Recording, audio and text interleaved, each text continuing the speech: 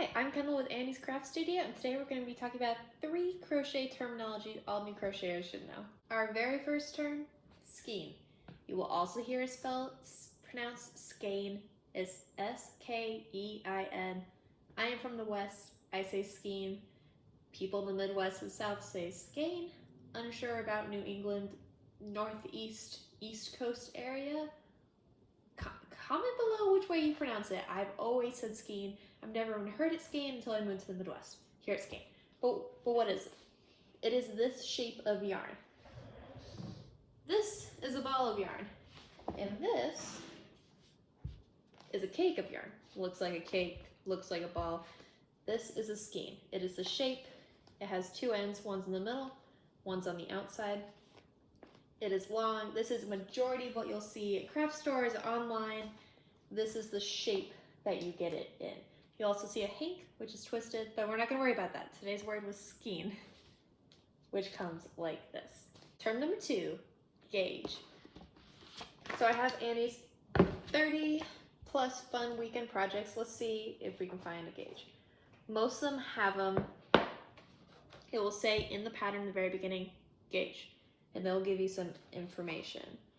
Most patterns have them, some don't, especially stuffed animals. It's becoming more popular not to, although depends on who your designer is. Here's one for the cat kitchen boa. It's this little scarf towel thing. It says gauge, 23 single crochets equals 4 inches.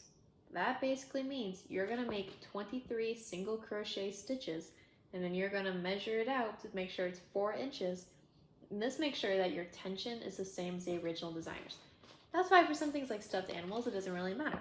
Things like clothing, it absolutely does. Because if you crochet super tight and the original designer designed it with a loose stitch in mind, your garment's gonna be a completely different size. So this would allow you're gonna crochet your 23 single crochets and you're gonna measure it out. And if it's 4 inches, you have the same tension. If it's too small, loosen it up a little bit. Practice looser stitches. If it's too big, tighten your stitches a little bit. You can also block at the end, but we're not gonna get into that. Let's just talk about gauge, and that is what a gauge is. You should always check for big garments, huge projects like blankets. I would argue small things, not important, although you will find some people who do it every single time.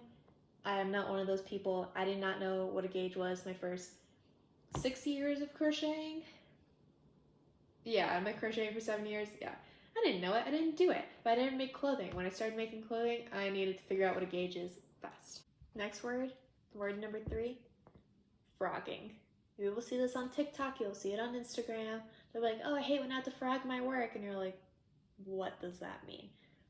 Basically, it means pull out your work, undo it, frog your work.